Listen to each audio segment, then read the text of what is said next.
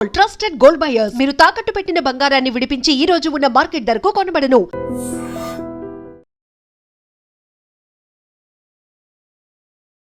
సమానత్వం కోసం పోరాడుతూ ఒక ట్రాన్స్ ఉమెన్ హీరోయిన్గా ఒక సినిమా వస్తుంది అంటే ఏపీ తెలంగాణలో నాకు తెలిసినంత వరకు ఇదే ఫస్ట్ మూవీ కూడా. ఈ సినిమా తర్వాత మీ మీద ఒపీనియన్ మారుతుంది జనాలకి అని అనిపిస్తుంది. ట్రాన్స్జెండర్స్ కేవలం ఆ మూడు విషయాలకే కాకుండా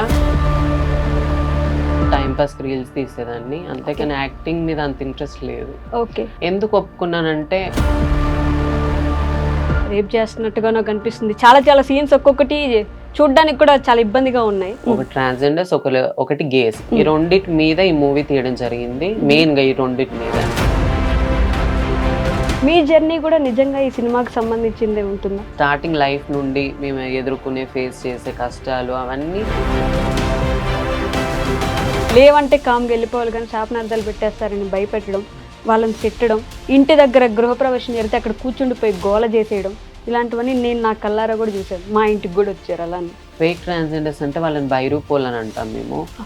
వాళ్ళు అప్పటిదప్పుడే శారీస్ కట్టుకొని వాళ్ళకి పిల్లలు మీకు ఇంతకుముందు చెప్పే ఉంటారు.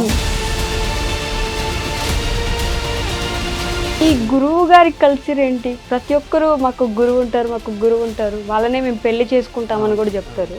ఈ కల్చర్ ఎలా మొదలైంది అసలు? ఈ కల్చర్ ఇప్పుడు కాదండి, ఎప్పుడు 1000 years బ్యాక్ నుండి ఆ కల్చర్ అనేది వస్తూ ఉంది. కొంతమంది మా ట్రాన్స్జెండర్స్ ప్రాస్టిట్యూషన్ చేస్తారు. రేప్ చేసిన తర్వాత అంతకే వదిలేయకుండా సిగరెట్స్తో కాలుస్తూ, అమ్మాయిలతో పాటు ఈక్వల్గా మాకు కూడా ఉండాలి కదా రైట్స్. హాయ్, హలో, నమస్తే, welcome back to our channel. నేను మీ Vaishu. LGBT a legal battle 21వ శతాబ్దంలో ఉంటూ 21st centuryలో కూడా ఇంకా లీగల్ రైట్స్ కోసం, సమానత్వం కోసం పోరాడుతున్నాము అనేదానికి ఈ సమాజంలో ఉంటున్నందుకు మనందరం మొదటిగా సిగ్గుపడాల్సిన విషయం అది. అండ్ ఇంకొక విషయం ఏంటంటే, సమానత్వం కోసం పోరాడుతూ ఒక ట్రాన్స్ ఉమెన్ హీరోయిన్గా ఒక సినిమా వస్తుంది అంటే ఏపీ తెలంగాణలో నాకు తెలిసినంత వరకు ఇదే ఫస్ట్ మూవీ కూడా. సో ఎల్జీబీటీ మూవీ మీద చాలామందికి చాలా క్వశ్చన్స్ ఉన్నాయి. చాలామందికి ఇప్పుడు ఈ మూవీ ద్వారా వాళ్ళు ఏం సందేశం ఇస్తారు అనే ఆలోచన ఉంది. చాలామందికి ఈ మూవీ తర్వాత అయినా సమాజం మారుతుందేమో అనే ఆశ కూడా ఉంది. సో మరి ఈ మూవీలో హీరోయిన్ హిమ గారు ఈరోజు నాతో పాటు ఉన్నారు. ఆవిడతో బోల్డ్ అనే విషయాలు అయితే మాట్లాడిద్దాం. వచ్చేయండి. హలో అండి. నమస్తే. ఎలా ఉన్నారు? బాగున్నాను, మీరు ఎలా ఉన్నారు? చాలా బాగున్నాను. సో ఎల్జీబీటీ రైట్స్ కోసం ఇంకా మనం పోరాడాల్సి వస్తుంది అన్నందుకు ఐఎమ్ రియల్లీ సారీ అండి. ఫస్ట్ ఆఫ్ ఆల్, ఒక ట్రాన్స్ ఉమెన్ అంటే, నేను చాలామంది ట్రాన్స్ ఉమెన్స్ని ఇంటర్వ్యూస్ చేస్తే ప్రతిసారి వాళ్ళు మేము ఇదే చేయాలి, మాకు ఇంక ఏం చేయడానికి అవకాశం లేదు, మేము ఏం చేసినా సమాజం యాక్సెప్ట్ చేయదు, అందువల్ల మేము రోడ్ల మీద డబ్బులు అడగాల్సిందే, భిక్షాటన చేయాల్సిందే అనే స్టేజ్ దగ్గర నుంచి ఈరోజు ఒక ట్రాన్స్ ఉమెన్ ఒక హీరోయిన్గా, మూవీలో సైడ్ క్యారెక్టర్ కాదు, ఇంకే క్యారెక్టర్ కాదు, ఒక హీరోయిన్గా లీడ్ చేయడం అనేది it's a very grateful thing అండి. మీకు కంగ్రాచులేషన్స్ ఫస్ట్ ఆఫ్ ఆల్ దానికి. సో ట్రాన్స్ ఉమెన్ అంటే అలానే అనే దాని నుంచి మీరు ఇక్కడ దాకా ఎలా వచ్చారు అసలు? అయితే ఈ అవకాశం రావడానికి మా డైరెక్టర్ గారు సునీల్ కుమార్ రెడ్డి సార్ గారికి నేను చాలా రుణపడి ఉంటాను. ఎందుకంటే ట్రాన్స్జెండర్స్ కేవలం బెగ్గింగ్కి, ప్రాస్టిట్యూషన్కి, ఓపెనింగ్స్కే పరిమితం కాకుండా ట్రాన్స్జెండర్స్ ఏమైనా చేయగలుగుతారు, ఏ ఫీల్డ్లో అయినా ముందుకు రాగలుగుతారు అని ఒక మంచి ఉద్దేశంతో ఈ మూవీ తీయడం నాకు చాలా సంతోషంగా అనిపించింది అండి. బట్ మీకు ఎలా వచ్చింది ఆపర్చునిటీ? అంటే ఆపర్చునిటీ ఎలా వచ్చిందంటే, ఫస్ట్ సార్ గారు మా కమ్యూనిటీ మొత్తం గురించి డిస్కషన్ చేస్తున్నారంట, మా చంద్రముఖి గారు అని ఉంటారు, వారితో. తర్వాత మూవీ గురించి ట్రాన్స్జెండర్స్ కొంతమందిని ఆడిషన్స్కి తీసుకున్నారు. ఆడిషన్స్లో ఒకరు సెలెక్ట్ అయ్యారు. సెలెక్ట్ అయిన వారిని ఇంకా కొంతమంది డైరెక్టర్ గారు, ఇంకా కొంతమంది మా ఇంటికి రావడం జరిగింది. అయితే ఆ రోజు నేను అనుకోకుండా మా గురువు వాళ్ళ ఇంటికి వెళ్ళాను. వెళ్ళినప్పుడు స్టెప్స్ మీద నేను కూర్చున్నాను. సార్ వాళ్ళు, మా కమ్యూనిటీ వాళ్ళు అప్పుడే మీదకి వస్తున్నారు. సార్ సడన్ గా నన్ను ఇట్లా చూసారు. ఒక 10 seconds అలా గట్టిగా చూసేసి ఇంట్లోకి వెళ్ళిపోయారు. ఇంట్లోకి వెళ్ళి వాళ్ళు డిస్కషన్ చేస్తూ సార్ చెప్పారంట, ఈ ఆడిషన్ చేసిన అమ్మాయి కాదు. ఆ మెట్ల మీద కూర్చుంది కదా! ఆమె నా హీరోయిన్. ఆమె మూవీలో మెయిన్ క్యారెక్టర్ చేయాలని అప్పటిదప్పుడు డిసైడ్ చేసుకొని నన్ను సెలెక్ట్ చేయడం జరిగింది. బట్ ఏదో మీరు వెతుక్కున్నట్టు కాదు, మిమ్మల్నే వెతుకుతూ నన్నే వచ్చినట్టుంది కదా. వెతుక్కుంటూ వచ్చింది ఈ అవకాశం. ఓహ్! బట్ అంటే మీకు యాక్టింగ్ అంటే ముందు నుంచి ఇంట్రెస్ట్ ఉండిందా? అస్సలు లేదండి. అసలు నాకు యాక్టింగ్ రాదు. అసలు షార్ట్ ఫిల్మ్స్ కాదు. ఒక్క ఇంటర్వ్యూ కూడా నేను ఇప్పటివరకు ఇవ్వలేదు. నాకు నచ్చదు. హ్మ్. నార్మల్‌గా అప్పుడప్పుడు టైమ్ పాస్‌కి రీల్స్ తీసేదాన్ని. అంతేకాని యాక్టింగ్ మీద అంత ఇంట్రెస్ట్ లేదు. ఓకే. ఎందుకు ఒప్పుకున్నానంటే మా ట్రాన్స్‌జెండర్స్ గురించి కదా మూవీ. మా ట్రాన్స్‌జెండర్స్ అందరి గురించి నన్ను రీప్రజెంట్ చేయమంటున్నారు కదా! అనే ఒక దృష్టిలో నేను ఒప్పుకోవడం జరిగింది మూవీకి. బట్ ఏమనిపిస్తుంది అంటే నిజంగానే జనాలు ఈ సినిమాని యాక్సెప్ట్ చేయడం, ఈ సినిమా తర్వాత మీ మీద ఒపీనియన్ మారుతుంది జనాలకి అని అనిపిస్తుందా మీకు? ఒపీనియన్ ఖచ్చితంగా మారాలనుకోనే ఇప్పుడు ఈ మూవీ తీయడం జరిగింది. ట్రాన్స్‌జెండర్స్ అందరి మీద ఒపీనియన్ మారాలి. మమ్మల్ని చూసే విధానం మారాలి. ట్రాన్స్‌జెండర్స్ కేవలం ఆ 3 అంశాలకే కాకుండా ఏ ఫీల్డ్‌లో అయినా వాళ్ళని నెట్టుకొనొస్తారు.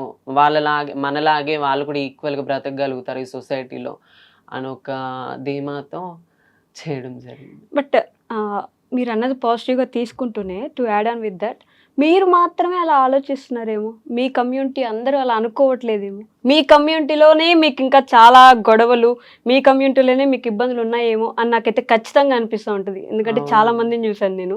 చాలా మందితో మాట్లాడాను గూడా. హ్మ్. సో, మీకేం అనిపించట్లేదా అలా? ఉంటారు. ఇప్పుడు నార్మల్‌గా సొసైటీలో ఎలా ఆడవాళ్ళకి, మగవాళ్ళకు అట్లా మగవాళ్ళకి ఎలా గొడవలయితాయో మా దాంట్లో కూడా గొడవలయితాయి. తిట్టుకుంటాము. ఫైట్స్ అవుతూ ఉంటాయి. ఆర్గ్యుమెంట్స్ అవుతూ ఉంటాయి. కానీ మా వరకొచ్చే వరకు మాత్రం మేము సొసైటీలో ఈక్వల్‌గా బ్రతకడానికి మేము అందరం సపోర్ట్ చేసుకుంటాం. అవి వేరే విషయాలలో అవి గొడవలు పడడం అవన్నీ కామన్ వేరు. ఓకే. కానీ మా వరకొచ్చే వరకు సొసైటీలో మేము ఈక్వల్‌గా బ్రతకడానికి మేమందరం ఒకరికొకరికి సపోర్ట్ చేసుకుంటూ ఉంటాం. బట్ దాని గురించే దాని ఎక్స్‌టెన్షన్ మళ్ళీ మాట్లాడదాం. ప్రస్తుతానికైతే ఎల్‌జీబీటీ దేని గురించి? అంటే ఏముంది సినిమాలో? నేను టీజర్ చూసాను. మొత్తం చాలా ఇబ్బంది పడుతున్నట్టుగా ఉన్నారు. కొంచెం ఏదో రేప్ చేస్తున్నట్టుగానో కనిపిస్తుంది. చాలా చాలా సీన్స్ ఒక్కొక్కటి చూడ్డానికి కూడా చాలా ఇబ్బందిగా ఉన్నాయి. మరి దేని గురించి అసలు? ఎల్‌జీబీటీ అంటే దీంట్లో 4 కమ్యూనిటీస్ ఉన్నాయండి. Yes. Lesbian, gays, bisexual, transgenders. True. ఈ 4 2 మెయిన్. ఒకటి ట్రాన్స్‌జెండర్స్, ఒకటి గేస్. ఈ రెండిటి మీద ఈ మూవీ తీయడం జరిగింది. మెయిన్‌గా ఈ రెండిటి మీద. మా మీద అంటే ఇప్పుడు మేము స్టార్టింగ్ బర్త్ నుండి మాకు మెచ్యూర్ ఏజ్ వచ్చాక మేము ఫ్యామిలీ నుండి ఎదుర్కొనే డిస్క్రిమినేషన్ కావచ్చు, స్కూల్ నుండి ఎదుర్కొనే డిస్క్రిమినేషన్ కావచ్చు, సొసైటీ నుండి, రిలేటివ్స్ నుండి ఇవన్నీ ఎదుర్కొని మేము ఒక్కసారి స్టెప్ అవుట్ వేసిన తర్వాత బయటకొచ్చేసిన తర్వాత మా సర్జరీ కానీ, సర్జరీస్ తర్వాత మా కష్టాలు, మా పెయిన్స్, దాని తర్వాత మళ్ళీ సొసైటీలో బెగ్గింగ్ చేసుకోవడం అది ఒక బాధే. అది బెగ్గింగ్ మళ్ళీ ప్రాస్టిట్యూషన్ కొంతమంది చేస్తూ ఉంటారు. ఇవన్నిటిని మైండ్‌లోకి తీసుకొని ఈ మూవీ మొత్తం ట్రాన్స్‌జెండర్స్ లైఫ్ మీద, గే లైఫ్ మీద డిపెండ్ అయి ఉంటది. ఓకే. ఈ టీజర్‌లో ఒక డైలాగ్ ఉంటది. ఒక తల్లి నాకు మీరు ఆ డైలాగ్ చెప్పాల్సిందే. ఒక తల్లి ఏడుపుండేనా? ఒక తండ్రి ఇదని ఒక డైలాగ్ ఉంది. ఎగ్జాక్ట్‌గా. ఒకసారి ఒక మాకు తల్లి పొరటి నొప్పుని నేను, ఒక తండ్రి ప్రేమ బొట్టుని నేను, ఇంకా ఏదో ఉంటదండి యాహ్! కొంచెం యాహ్! యాహ్! మర్చిపోయాను. బట్ ఆ డైలాగ్ వెనక స్టోరీ ఏంటి? ఆ డైలాగ్ వెనుక స్టోరీ అంటే, ఇప్పుడు ఒక తల్లి నార్మల్‌గా మేల్‌కి, ఫీమేల్‌కి ఎలా బర్త్ ఇస్తదో, అలాగే మాకు బర్త్ ఇస్తది. ఆ పెయిన్ అంతా తీసుకొని, తండ్రి కూడా అలాగే చిన్నప్పటి నుండి కష్టపడుతూ మమ్మల్ని పెంచుతారు. తర్వాత అవన్నీ దాటుకుంటూ ఇంకా మా ట్రాన్స్‌జెండర్ లైఫ్‌ని ఎదుర్కొనే అవన్నీ. దాని మీద డైలాగ్ ఉంటది. సో, ఆ క్వెషన్ నుంచే నా క్వెషన్ ఏంటంటే, అంత ఇష్టంగా కన్న తల్లి, అంత అపురూపంగా పెంచుకున్న తండ్రి, వాళ్ళిద్దరిని వదిలేసి వాళ్ళు కోరుకున్న జీవితానికి కాకుండా, మీకు కోరుకున్న జీవితాని కోసం వెళ్ళడానికి వాళ్ళెంత బాధపడతారో దానికంటే ఒక 100 రెట్లు ఎక్కువ ట్రాన్స్‌జెండర్స్ బాధపడతారు అనేది వాస్తవం. కానీ ఆ బాధని అందరూ అర్థం చేసుకోలేరు. ఎందుకంటే మీ చెప్పుల్లో మేము లేము. అక్కడ మేము నిలబడి చూడలేదు కాబట్టి. మీ జర్నీ కూడా నిజంగా ఈ సినిమాకి సంబంధించిందే ఉంటుందా? మీ ఓన్ జర్నీ గూడా? ట్రాన్స్‌జెండర్స్ అందరిది దాదాపు అందరిది సేమ్ జర్నీ ఉంటది. స్టార్టింగ్ నుండి ఇప్పుడు చేంజ్ అయ్యే వరకు. ఈ మూవీ మొత్తం స్టార్టింగ్ లైఫ్ నుండి మేము ఫేస్ చేసే కష్టాలు అవన్నీ మొత్తం మూవీలో యాజ్ ఇట్ ఈజ్ ఉంటాయండి. సునీల్ కుమార్ గారు మీకు ఈ స్టోరీ చెప్పినప్పుడు మీరు నేను సినిమాలో యాక్ట్ చేయడం ఏంటి? నాకెందుకు అసలు నాకు ఇయన్నీ అవుతాయా? ఇలాంటి ఆలోచన ఉండిందా? అంటే ఎలా మిమ్మల్ని ఒప్పించగలిగారు అసలు? నేను ముందు చెప్పినట్టు ఇది వేరే ఏదన్నా యాక్టింగ్ అయితే నేను ఒప్పుకోపోయేదాన్ని. మా లైఫ్ మీద డిపెండ్ అయి ఉంటది కాబట్టి, ఈ మూవీ తీసిన తర్వాత నేను ఒక చిన్న మార్పు అనేది వస్తదనుకోని, ఒక హోప్ తోటి నేను మూవీలో యాక్ట్ చేయడం జరిగింది. సో అనే పాజిటివ్ నోట్ మీరు ఇంత బాగా కష్టపడుతున్నారు మీ కమ్యూనిటీని కూడా గుర్తించాలని. మీ కమ్యూనిటీ వాళ్ళు చేసే కొన్ని పనులు చూసినప్పుడు మేము ఎంత గుర్తిద్దాం అనుకున్నా, ఎంత రెస్పెక్ట్ ఇద్దాం అనుకున్నా, ఉన్న రెస్పెక్ట్ కూడా పోగొట్టుకునేలాగా కమ్యూనిటీ వాళ్ళు చేసే పనులు, డబ్బులు ఇవ్వమని బెదిరించడం, శాపనార్థాలు పెట్టడం, కొట్టడం, చంపేయడం, ట్రైన్లో ఒకరిని ఇది కూడా చేశారు ఒకసారి. ఇలా ఒక్కొక్కటి చేస్తూ ఉన్నప్పుడు రెస్పెక్ట్ ఎందుకు ఇవ్వాలి? అసలు మాకేం అవసరం? మీకు డబ్బులు అడిగితే డబ్బులు ఇవ్వాలా వద్దా అనేది మా ఇష్టం. లేవంటే కామ్గా వెళ్ళిపోవాలి, కానీ శాపనార్థాలు పెట్టేస్తారని భయపెట్టడం, వాళ్ళని తిట్టడం, ఇంటి దగ్గర గృహప్రవేశం జరిగితే అక్కడ కూర్చుండిపోయి గోల చేసేయడం, ఇలాంటివన్నీ నేను నా కళ్ళారా కూడా చూశాను. మా ఇంటికి కూడా వచ్చారు అలానే. అయితే దీని మీద నేను చెప్పాలనుకునేది ఒకటే అండి. ఫస్ట్ కొంతమంది ఫేక్ ట్రాన్స్జెండర్స్ ఎక్కువైపోయారు. ఫేక్ ట్రాన్స్జెండర్స్ అంటే వాళ్ళని బైరూపోల్ అని అంటాం మేము. వాళ్ళు అప్పటిదప్పుడే శారీస్ కట్టుకొని వాళ్ళకి పిల్లలు మీకు ఇంతకుముందు చెప్పే ఉంటారు. పిల్లలు ఉంటారు. వాళ్ళు కేవలం మనీ కలెక్ట్ చేసుకోవడానికే ఎక్కడి నుండో దూరంగా హైదరాబాద్కి వచ్చేసి అప్పటిదప్పుడు వేషం మార్చుకొని ఆ సిగ్నల్స్ దగ్గర కానీ ఎక్కడన్నా ఫంక్షన్స్ కనిపిస్తే అక్కడికి వెళ్ళేసి అల్లరి చేయడము, కొట్టడము, తిట్టడము అలా చేసి డబ్బులు తీసుకుని మళ్ళీ అప్పటిదప్పుడు శారీ తీసేస్తారు, పైన షర్ట్ వేసుకుని మళ్ళీ వాళ్ళ ఇళ్ళకి వాళ్ళు వెళ్ళిపోతారు. ఈ సిచ్యువేషన్ మాకు చాలాసార్లు ఎదురైనప్పుడు మేము యాక్షన్ తీసుకోవాలన్నా కూడా వాళ్ళని మేము గుర్తుపట్టలేము. ఇప్పుడు మేము చూసినప్పుడు వాళ్ళు శారీ మీద ఉంటారు, వెంటనే పైన షర్ట్ వేసుకొని వెళ్ళిపోతారు. వాళ్ళని ఎలా మేము గుర్తుపడతాం? వాళ్ళు ఎక్కడని ఎత్తుకుతాము? అలాంటి వాళ్ళు కొంతమంది ఉన్నారు. ఇంకా మిగతా వాళ్ళు రియల్ ట్రాన్స్జెండర్స్ కూడా కొంతమంది ఉంటారు. మా దాంట్లో అందరు మంచి వాళ్ళు ఉండరు, కొంతమంది చెడ్డ వాళ్ళు కూడా ఉంటారు. వాళ్ళు ఇంకా డబ్బుల కోసం మరీ బీభత్సంగా బట్టలు ఇప్పేసి డబ్బులు అడగడము, వాళ్ళని తిట్టడము అలా కొంతమంది కూడా చేస్తారండి. కానీ చేసిన వాళ్ళని దృష్టిలో పెట్టుకోకుండా మిగతా ట్రాన్స్జెండర్ కమ్యూనిటీ మొత్తాన్ని అంతే అనుకోవడం తప్పని నేను అనుకుంటాను. చేసిన వాళ్ళ మీద యాక్షన్ తీసుకోండి, లీగల్గా యాక్షన్ తీసుకోండి. మేము దానికి ఎలాంటి నెగిటివ్ కాదు, కానీ మొత్తం ట్రాన్స్జెండర్స్ కమ్యూనిటీని తప్పు పట్టడం కరెక్ట్ కాదనుకుంటాను. మీ కమ్యూనిటీ మొత్తం కూడా మీలాగా ఎందుకు మారకూడదు? అంటే బెగ్గింగ్, ప్రాస్టిట్యూషన్ కాకుండా నిజంగానే ఇంకేదైనా లైఫ్ ఎందుకు చూస్ చేసుకోకూడదు? ఇప్పుడు ఒక 1 years బ్యాక్ నుండి సీఎం గారు రేవంత్ రెడ్డి గారు కొన్ని స్కీమ్స్ ఇచ్చారు, జాబ్స్ ఇచ్చారు. హైడ్రాలకు కానీ, ట్రాఫిక్లా, పోలీసులు కానీ చాలా మంది ట్రాన్స్జెండర్స్ జాబ్స్ చేసుకుంటున్నారు. ఇంకా మాకు సపోర్ట్ కానీ వస్తే, ఇంకా గవర్నమెంట్ నుండి కానీ సొసైటీ నుండి కానీ సపోర్ట్ వస్తే, ఎవరికి ఇష్టం ఉండదు కదండి, నచ్చిన పని ఎవరు చేయాలని ఉంటుంది. బెగ్గింగ్ చేయడం కానీ, ప్రాస్టిట్యూషన్ ఎవరికి నచ్చదు మా ట్రాన్స్జెండర్స్. కానీ ఏ సపోర్ట్ లేక సొసైటీ నుండి, గవర్నమెంట్ నుండి ఎంతో మంది చదువుకున్న వాళ్ళు కూడా ఉన్నారు, పిహెచ్డి చేసిన వాళ్ళు, నర్సింగ్ చేసిన వాళ్ళు మా దాంట్లో. అయినా వాళ్ళు ఇప్పటికి బెగ్గింగే చేస్తున్నారు. ఎందుకు? ఏ సపోర్ట్ లేక. ఓకే, మారేటప్పుడే మీకు తెలిసి ఉంటుంది కదా, ఇదే మన జీవితం, మనం ఇంతే ఉండబోతున్నాం అని తెలిసే ఉంటుంది కదా. అప్పుడు ఏంటంటే ఆ ఏజ్లో 13-14 years అప్పుడు అంతా ఆలోచించమండి. కేవలం ఒకటే మేము మైండ్లో పెట్టుకుంటాం, సర్జరీ చేయించుకోవాలి, అమ్మాయిలాగా ఉండాలి, ఇంకేదొద్దు, అదొక్కటే మైండ్లో ఉండేది మాకు. ఇంకా చేంజ్ అయిన తర్వాత మేము ఓన్లీ మా లైఫ్ మొత్తం ఈ మూడిటి వరకే పరిమితం, ఇంకే మాకు ఏ ఆప్షన్స్ ఉండవని అప్పుడు అర్థమైంది. మీకు ఓకే అంటే మీ పర్సనల్ లైఫ్ గురించి కూడా ఒక 2 questions అడగవచ్చు. మీ పేరెంట్స్కి అప్పుడు చెప్పారా ఇంట్లో ఇలా అనిపిస్తుందమ్మా, నేను మారిపోవాలనుకుంటున్నాను, నా వల్ల అవ్వట్లేదు? ఏంటి వాళ్ళ రెస్పాన్స్? 14 years వరకు నేను చెప్పలేదు. నాలో నేనే బాధపడుతూ, నాకు నేనే ఫేస్ చేస్తూ చాలా రోజులు గడిపానట్లా. Sorry to interrupt. అంటే ప్రతి ఒక్క ట్రాన్స్జెండర్కి 10 yearsకి వచ్చేసరికి ఇలా అనిపిస్తూ ఉంటుందా? అంటే అప్పుడే కదండి మెచ్యూర్ ఏజ్, హార్మోన్స్ కానీ చేంజ్ అవ్వడం ఆ ఏజ్లోనే అవుతాయి కదా. ఆ ఏజ్లోనే తెలిసిపోయింది మాకు. మా నడక కానీ, మా టాకింగ్ ఆఫ్ వే కానీ తెలిసిపోయినప్పుడు ఎవరికి చెప్పుకోవాలో అర్థం కాదు. తర్వాత ఇంకా ఫ్యామిలీ వాళ్ళు ఇబ్బంది పెడతా ఉంటారు, చదువుకో, అది చెయ్యి, ఇది చెయ్యి అంటారు. మాకు నచ్చదు, మాకు ఇష్టం లేక ఓపెన్ అప్ అయిపోతాం, ఇంకా తట్టుకోలేక. ఓపెన్ అప్ అయిపోయినప్పుడు మమ్మీ నేను ఇది కాదు, నా బాడీ ఇది కాదు, నేను రాంగ్ బాడీలో ఉన్నాను, నాకు అంత మంచిగా అనిపించట్లేదు, నా మైండ్ అంతా పాడైపోతుంది మమ్మీ, నేను చేంజ్ అవ్వాలనుకుంటున్నాను అన్నప్పుడు లేదు, వాళ్ళు ఒప్పుకోరు. కామన్గా ట్రాన్స్జెండర్స్ వాళ్ళ ఫ్యామిలీస్ ఎవరు ఒప్పుకోరు. ఒప్పుకోనప్పుడు కొట్టడము, తిట్టడము, రిలేటివ్స్ రావడము, ఏం చేస్తావురా, మారాక ఏం చేస్తావు, అడుక్కుంటావా, ఏం చేస్తావు, రోడ్డు మీద పోయి నిల్చుంటావా, అప్పుడే అలాంటి మాట్లాడడము. ఇంకా నాకేం చేయాలో తెలియక ఇంట్లో నుండి పారిపోయి వచ్చేసాను హైదరాబాద్కి. నా Okay. 15 years అప్పుడు నేను వచ్చేసాను ఇంట్లో నుండి. మీరు ఒక్కరే? ఒక్కదాన్ని వచ్చేసాను. ఎవరైనా తెలిసిన వాళ్ళు ఉన్నారా అప్పుడు మీకు బయట? ఎవ్వరూ లేరండి అప్పుడు టచ్లో కూడా. హైదరాబాద్కి వచ్చిన తర్వాత మా వేరే ఫ్రెండ్ ద్వారా మా గురుగారు సోనారాతుడు గురుగారు అని ఉంటారు, ఆవిడ నెంబర్ తీసుకొని అక్కడికి వెళ్ళి మా ఈ గురుగారు- గురువు గారి కల్చర్ ఏంటి? ప్రతి ఒక్కరు మాకు గురువు ఉంటారు, మాకు గురువు ఉంటారు, వాళ్ళనే మేము పెళ్లి చేసుకుంటామని కూడా చెప్తారు. ఈ కల్చర్ ఎలా మొదలైంది అసలు?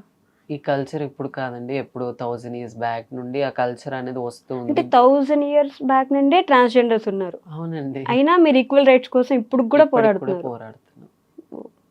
ఓకే, సో అప్పటి నుంచి ఆ కల్చర్ ఉంది. అప్పటి నుంచే ఉంది. గురుగారు గురువు గారు, అమ్మ, చేల, కూతురు, ఇలా మాకు మేమే ఒక ఫ్యామిలీని క్రియేట్ చేసుకొని మాకు మేమే ఒక లైఫ్ని లీడ్ చేస్తూ ఉంటున్నాం. ఓకే, మీరు చదువుకోలేదండి? నేను 10th ఆపేసానండి. 10th వరకు చదువు, 9th చదివేసి 10th స్టార్ట్ అవుతుందనగా ఆపేసి వచ్చేసాను. స్కూల్లో కూడా మీకు అలా అనిపిస్తుండేదా? స్కూల్లో అసలు చాలా ర్యాగింగ్ చేసేవాళ్ళండి మా ఫ్రెండ్స్. అంటే నా అనుకునే వాళ్ళు మా ఫ్రెండ్సే నన్ను చీదరింపుగా ఇప్పుడు నేను ఇంటర్వెల్ అయింది కదండి, మెన్స్ గర్ల్స్ వాష్రూమ్కి వెళ్తారు, నేను వాష్రూమ్ వెళ్ళాలంటే భయపడేదాన్ని. ఇప్పుడు ఒకవేళ వాష్రూమ్ వెళ్ళాను అనుకో, మా ఫ్రెండ్స్ అంటారు, ఏ నువ్వు గర్ల్స్ వాష్రూమ్కి వెళ్ళాలి కదా, ఇటెందుకు వస్తున్నావు అని అలాంటి మాటలు, చెక్క అనడము, .5 అనడము, ఇంక ఇవే మాటలండి. ట్రాన్స్జెండర్ ప్రతి ఒక్కరి లైఫ్లో ఫ్యామిలీ తోటి, స్కూల్లో ఫ్రెండ్స్ తోటి, రిలేటివ్స్ తోటి, సొసైటీ తోటి, ఈ 4 వర్గాలతోటే చాలా పోరాటం మీ చేస్తాను. టీచర్స్ ఎప్పుడు సపోర్ట్ చేయలేదా మీకు? అంటే వాళ్ళైనా అట్లీస్ట్ ఎదురు తిరిగి అందరూ ఒకటే నాన్న స్కూల్లో అని మాట్లాడలేదు? నిజం చెప్పాలంటే మా టీచరే నాకు విరుద్ధంగా మాట్లాడిన రోజులు కూడా ఉన్నాయి. ఏంటంటే నేను నాకంటే ఎక్కువ చదువుకునేదాన్ని కాదు, మార్క్స్ కొంచెం తక్కువ వచ్చేటివి. అప్పుడు మా సార్ అన్నాడు, ఏం కాదులే, నువ్వు పెద్దగా ఏం చదువుకోకుండా చేసేది ఏముంది, ఇంకొన్ని రోజుల తర్వాత నీకు వేరే వర్క్ ఉంటుందిలే, నువ్వు వేరే అయిపోతావులే అనడము. ఆ ఏజ్లోనే అలా డిస్క్రిమినేట్ చేసి మాట్లాడడము. టీచర్సే, బుద్ధి చెప్పాల్సిన టీచర్సే అలా డిస్క్రిమినేట్ చేసి మాట్లాడితే ఇంకా స్కూల్కి పోయి ఏం లాభం, ఇంకా టీచర్స్ ఉండి ఏం లాభం. ఎవరైనా మారుతారని ఎలా అనుకుంటాం, అంతే అంతే కదా. కదా. అబ్బో, అలాంటి అంటే తక్కువగా చిన్న చూపు చూస్తారు, కానీ వాళ్ళు ఎంత ఫేస్ చేసి ఇక్కడ దాకా వచ్చారని ఆలోచించినప్పుడు నిజంగానే కొంచెం బాధ వేస్తూ ఉంటుంది. బట్ ఎట్ ఏ సైడ్ ఇది చెప్తూనే మీ వాళ్ళు ఇబ్బంది పెట్టినప్పుడు చూస్తుంటే బా వీళ్ళంతేలే, వీళ్ళు మారరు అనే ఆలోచన కూడా కంటిన్యూస్గా వస్తూ ఉంటుంది. ఈ 2 సైమల్టేనియస్గా ఉంటాయి మాకు ఎప్పుడు. So coming back to the movie, ఈ షూటింగ్ చేస్తున్నప్పుడు కానీ అంత మీ కమ్యూనిటీ మీ వాళ్ళు ఉన్నారు కాబట్టి అసలు ఎలా జరిగింది షూట్ ప్రాసెస్, ఎలా ఉండింది? ఈ మూవీలో దాదాపు ఒక 30 ట్రాన్స్జెండర్స్ దాకా చేసామండి. తర్వాత ఈ మూవీలో చాలా పెద్ద పెద్ద వాళ్ళు ఉన్నారు. ఎల్బి శ్రీరామ్ గారు, ప్రీతి నిగమ్ గారు, ఆనంద్ చక్రపాణి గారు, అనుపమ్ ఖేర్ గారు, ఇంకోరు ఎవరో ఉన్నారు. వీళ్ళందరూ పెద్ద పెద్ద వాళ్ళతో యాక్ట్ చేయడము, వాళ్ళతో స్క్రీన్ షేర్ చేసుకోవడము. వాళ్ళు ఎలా ఉన్నారు అంటే? చాలా ఫ్రెండ్లీగా ఉన్నారండి. ఏదో ప్రౌడ్ గా మేము హీరోస్, మేము యాక్టర్స్, పెద్ద యాక్టర్స్ అని కాకుండా చాలా ఫ్రెండ్లీగా, చాలా సున్నితంగా, ఎంత బాగా మాట్లాడారో అసలు. చాలా బాగా రిసీవ్ చేసుకున్నారు. మళ్ళీ నాకు యాక్టింగ్ అక్కడక్కడ సీన్స్ కొంచెం చేయడం రాకున్నా ఇలా కాదమ్మా ఇలా చేయాలి అని చెప్పడము, ప్రాక్టీస్ చేపియడము చాలా బాగా చేశారు. రీల్స్ కి సినిమాకి చాలా తేడా ఉంటుంది కదా. మరి సునీల్ గారు మిమ్మల్ని ఎలా హ్యాండిల్ చేశారంటే, మీకు ఫస్ట్ డే కానీ లేకపోతే ఆ షూట్స్ విషయంలో కానీ? చాలా కామ్ అండ్ కూల్, ఏదైనా చాలా మెల్లగా నిదానంగా మనకు అర్థమయ్యేదాకా సార్ చెప్తూనే ఉంటారు. అసలు అరవడము, కసిరించుకోవడం అలాంటిది ఏమి ఉండదు. చాలా కంఫర్ట్ గా చెప్పేవాళ్ళు. దానివల్ల నేను ఈజీగా చేయడం జరిగింది. ఓకే, ఎల్జిబిటి ఓన్లీ ఆంధ్ర తెలంగాణలో కాదు, ఇండియా వైడ్ రిలీజ్ అవుతుందని విన్నాను. బట్ అది చాలా పెద్ద ప్రాసెస్ కదా, ఎలా జరిగింది అది? ఇదంతా మరి డైరెక్టర్ గారే చూసుకుంటున్నారు, సునీల్ సార్ గారు. అంతా ఆయన మీద డిపెండ్ అయి ఉంది. మీ ఇన్స్టాగ్రామ్ రీల్స్ లో నేను కామెంట్స్ చూస్తా ఉన్నానండి, నన్ను పెళ్లి చేసుకుంటారా మీరు, నన్ను పెళ్లి చేసుకుంటారా మీరు, నన్ను మీరు పెళ్లి చేసుకోండి, మనం పెళ్లి చేసుకుందామా. మినిమం ఒక 100 కామెంట్స్ అయినా ఒక రీల్ కింద నన్ను పెళ్లి చేసుకోండి మీరు, మనం పెళ్లి చేసుకుందాం. చూసుంటారు కదా మీరు కూడా, ఏమనిపిస్తుంది అలా? నవ్వుకుంటాను. నవ్వుకుంటారా? నవ్వుకుంటాను. ఎందుకంటే వాళ్ళు పెట్టే కమెంట్స్ మేము నవ్వుకుంటాం. అది సీరియస్‌గా తీసుకుంటే మా లైఫ్ డ్యామేజ్ అయిపోయిద్ది కాబట్టి, అలాంటి కమెంట్స్ చూసేసి నవ్వుకొని వదిలేస్తాను. సీరియస్‌గా తీసుకుంటే లైఫ్ డ్యామేజ్ అయిపోవడం అనేది చాలా పెద్ద స్టేట్మెంట్ మీరు ఇప్పుడు ఇచ్చింది. మిమ్మల్ని ప్రేమించే వాళ్ళు వస్తారన్నా కూడా మీకు భయమేస్తుందా? భయమేసిద్ది. ఎందుకంటే మా దాంట్లో చాలామంది ట్రాన్స్‌జెండర్స్ అలాగే ప్రేమించి, వాళ్ళ కోసం ఎన్నో ఖర్చు పెట్టి కొన్ని లక్షలిచ్చి వాళ్ళ కోసం అన్నీ వదిలేసుకొని, మా ట్రాన్స్‌జెండర్స్ కమ్యూనిటీని వదిలేసుకొని, ఫ్యామిలీని వదిలేసుకొని, వాళ్ళతోటే వెళ్ళి వాళ్ళ వల్ల మోసపోయి చాలా కష్టాలు పడ్డ వాళ్ళున్నారు. వాళ్ళని చూసాక నాకొకటే అర్థమైంది. ప్రేమ అనేది ఒక ఫేక్. ప్రేమించకూడదు. మగ బాయ్స్ మనల్ని ప్రేమిస్తున్నారని మన దగ్గరకొస్తే నమ్మకూడదు. అది ఫేక్. కేవలం మన దగ్గర దక్కే సుఖం కోసం, లేదా మన దగ్గర నుండి వచ్చే డబ్బు కోసం తప్ప మనల్ని ట్రూగా ఈ ఎర్త్ మీద ఎవరు ప్రేమించరు అని ఒకటి గట్టిగా మైండ్‌లో మీ పెట్టుకున్నాను. ట్రాన్స్‌జెండర్స్‌లోనే పెళ్ళిళ్ళు చేసుకొని హ్యాపీగా ఉన్న వాళ్ళు ఉన్నారు. మీరు వందలో ఒకరుంటారు. ఇన్‌స్టాగ్రామ్‌లో కూడా చూస్తుండొచ్చు రెగ్యులర్‌గా ఈ మధ్య కనిపిస్తున్నారు గూడా. వాళ్ళు ఉన్నప్పుడు మేబీ నిజంగా అది రియలేనేమో అనిపించట్లేదా? అలాంటి వాళ్ళు ఓన్లీ ట్రాన్స్‌జెండర్స్ వరకే లైఫ్ లాంగ్ ఉండి, వాళ్ళు ఏ అమ్మాయిని పెళ్లి చేసుకోకుండా, వాళ్ళ ఫ్యామిలీని ఒప్పించి ట్రాన్స్‌జెండర్ చేసుకుంటున్నానని వాళ్ళ ఫ్యామిలీని ఒప్పించి లైఫ్ లాంగ్ మాతో ఉంటే వాళ్ళు వందలో, కోట్లో ఒకరు ఉంటారండి. ప్రతి ఒక్కరు అలాగే ఎవరు ఉండరు. మీ కాళ్ళకి మెట్టెలు చూస్తున్నాను నేను. అంటే పెళ్లి చేసుకున్నారు. మా గురుగారితో. ఆహా! ఓకే. వాళ్ళతో పెళ్లి చేసుకున్నా కూడా మెట్లేసుకుంటారా? మా గురువుగారు మెట్టలు పెడతారు, మెడలో పుస్తలేస్తారు. ఇంకా ఆవిడే మాకు తల్లి, తండ్రి, భర్త అన్నీ ఆవిడ లోపలనే ఊహించుకొని మేము లైఫ్ లీడ్ చేస్తూ ఉంటాం. అండ్ ఇంకొకటి చాలా కొంచెం డిస్టర్బ్డ్‌గా అనిపించేది ఏంటంటే మీరు మీ వాళ్ళలో ఎవరైనా చనిపోతే ఎవరు చూడకూడదు, ఎవరికి కనిపించకుండా నైట్ మాత్రమే చెప్పులతో కొడుతూ తీసుకెళ్తారు అని చెప్పేసి ఒకటి విన్నాను. నిజంగా అలానే జరుగుతుందా? అది నిజమని నేనైతే ఎప్పుడు చూడలేదు. నేను ట్రాన్స్‌జెండర్‌గా వచ్చి ఒక 10 ఇయర్స్ అవుతుంది. కానీ అంతకు ముందుకు కూడా ఎప్పుడో ఏదో పాత కాలంలో ఒక 100 ఇయర్స్ బ్యాక్ అలా చేసేవాళ్ళు అని ఒక పుకారు ఉండేది తప్ప మేము రియల్‌గా చూసిందైతే లేదు. ఓకే. అలా ఎందుకు చేసేవాళ్ళంటే ఇలాంటి జన్మ మాకు ఇంకోసారి ఇవ్వద్దు దేవుడా అని ఎవరు చూడనప్పుడు మిడ్‌నైట్ తీసుకెళ్తూ చెప్పులతో మా బాడీని కొడుతూ ఇలాంటి శరీరం, ఇలాంటి బ్రతుకు మాకు వద్దని కొట్టుకుంటే తీసుకెళ్ళేవాళ్ళంట. అర్ధనారీశ్వరుడి రూపం మీరు. ఆ! ఆయన్ని కొలవగలిగినప్పుడు మిమ్మల్ని చూడలేరా? సొసైటీ అలా ఉందండి ఇప్పుడు. అంటే శివుడిని మనం అర్ధనారీశ్వరుడిగా చూస్తూ ఉంటాం. పార్వతీమాత ఒకవైపు, శివయ్య ఒకవైపు ఉంటారు. ఆయన్ని మాత్రం దేవుడని కొలిచినప్పుడు మిమ్మల్ని మాత్రం మనుషులుగా ఎందుకు చూడలేరు అనే క్వశ్చన్ మీతో పాటు సమాజాన్ని కూడా అడుగుతున్నాను నేను. ఎందుకు చూడలేరు అనేసి. ఇంకా సొసైటీకి ఏమో అండి నాకైతే తెలీదు వాళ్ళు ఎందుకు చూడలేకపోతున్నారో. కానీ మా దగ్గర నుండి అయితే బ్లెస్సింగ్స్ కొంతమందికి చెప్తున్నాను. మా దగ్గర నుండి అయితే బ్లెస్సింగ్స్ తీసుకుంటారు. అవును. కానీ మమ్మల్ని ఈక్వల్‌గా చూడరు. అదెందుకో నాకు అర్థం కాదు సొసైటీలో. ఓకే. మారుతున్నాయి ఈ రోజులు నాకు తెలిసి. కొన్ని ఇప్పుడు మీరు మారుతున్నాయి. సినిమాలో హీరోయిన్‌గా చేస్తున్నారు. కొన్ని మారుతున్నాయండి. కొన్ని మారుతున్నాయి. కొన్ని రోజుల్లో ఇంకా చాలా ఇంకా మారాలి. చాలా మారాలి. ఈ సినిమా నుంచి మేము కూడా చాలా ఎక్స్పెక్ట్ చేస్తున్నాం. అంటే మాకేవైతే డౌట్స్ ఉన్నాయో ఈ సినిమాలో ఆ అబ్బాయిని చూపించడం, మీరు పడిపోవడం. ఇంకోటి నేను మెయిన్‌గా ఏం చెప్దాం అనుకుంటున్నానంటే కొంతమంది మా ట్రాన్స్‌జెండర్స్ ప్రాస్టిట్యూషన్ చేస్తారు. చేసేవాళ్ళు చేస్తారు. ఇంకా ఏ దారి లేక కొంతమంది అది ఎంచుకుంటారు, చేస్తూ ఉంటారు. రోడ్ మీద నిల్చున్నప్పుడు ఒకరొస్తారు. ఒక అబ్బాయి వచ్చి ఇంత అని తీసుకెళ్తారు. ఒక టైం ఇంతకి ఇంత అని మాట్లాడి తీసుకొని వెళ్తారు రూమ్‌కి. వెళ్ళిన తర్వాత ఒకరని చెప్పిన వాళ్ళు అక్కడ ముగ్గురు, నలుగురు ఉంటారు. ముగ్గురు, నలుగురు ఉన్న తర్వాత ఒకరి తర్వాత ఒకరు రేప్ చేయడము మమ్మల్ని. రేప్ చేసిన తర్వాత అంతకే వదిలేయకుండా సిగరెట్స్‌తో కాలుస్తూ, బీర్ బాటిల్స్ పగలగొట్టి ఎక్కడ పడితే అక్కడ గీసేయడము. ఇప్పుడు ఇంత జరుగుతది కదండీ! మేము ఎవరికీ చెప్పుకోలేం. ఇప్పుడు న్యాయం జరగాలంటే పోలీస్ స్టేషన్‌కెళ్ళాలి. పోలీస్ స్టేషన్‌కెళ్ళి మేము కేస్ ఫైల్ చేద్దాం సార్ అని అంటే వాళ్ళేమంటారంటే, మీకు రేప్స్ జరుగుతాయా? ఎలా చేస్తారు మిమ్మల్ని? అమ్మాయిల్లాగానే మీరుంటారా? ఎలా చేస్తారు మిమ్మల్ని? అని మమ్మల్ని ఇంకా రివర్స్ క్వెషన్స్ ఏస్తూ, మా మనసుని ఇంకా గాయం చేస్తూ, ఈ గవర్నమెంట్, ఈ పోలీస్ వాళ్ళు కూడా మాకు న్యాయం చేయకపోతే ఇంకెవరికి చెప్పుకుంటాం మేము? ఈ సిచ్యువేషన్‌ని కూడా బేస్ చేసుకొని ఈ మూవీ కూడా ఉందండి. ఎందుకంటే ఈ మమ్మల్ని ఒకవేళ ట్రాన్స్‌జెండర్‌ని రేప్ చేశారనుకో, దానికి శిక్ష 1 లేదా 2 ఇయర్స్ వరకే ఉంది. ఒక అమ్మాయిని రేప్ చేస్తే నార్మల్‌గా 10 ఇయర్స్ 14 ఇయర్స్ years. లేకపోతే ఎన్కౌంటర్ అలా చేసిన ఈ రోజులలో ఈ సొసైటీలో ట్రాన్స్జెండర్ అని మేము అమ్మాయిలము మేము కూడా అమ్మాయిలమే అని చెప్పుకునే మమ్మల్ని రేప్ చేసినప్పుడు ఎందుకు 1-2 ఇయర్స్ మాత్రమే వాళ్ళకి శిక్ష? వాళ్ళు ఏమైనా పిక్ పాకెటర్స్ లేకపోతే ఏమైనా చిన్న నేరం చేస్తారా? ఎందుకు అలా చేస్తారు?